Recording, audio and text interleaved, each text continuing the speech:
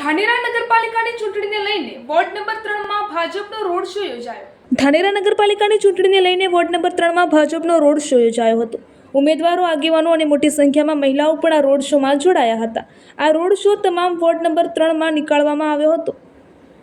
પ્રચાર અંતિમ ચરણ તરફ જઈ રહ્યો છે ત્યારે ભાજપમાં વોર્ડ નંબર 3ના ઉમેદવારો દ્વારા ગણપતિ મંદિરથી લઈ વોર્ડ નંબર 3માં આવેલા તમામ વિસ્તારોમાં ઢોલ નગારાના તાલે ભારતીય જનતા પાર્ટી દ્વારા રોડ શો યોજી મતદારો પાસે મત માંગી રહ્યા છે.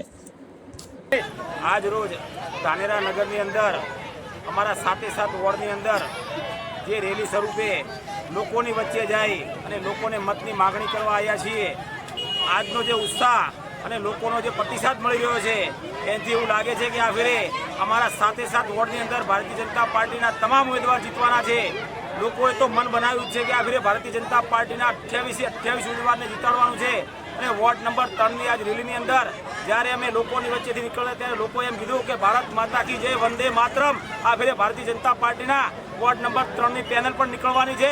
સાથે 28 અમારા ઉમેદવાર જીતવાના છે અને નગરની કોઈ પણ સુખાકારીના પ્રશ્નો છે એ અમારા 28 ઉમેદવાર સાથે મળીને જીતાડશે.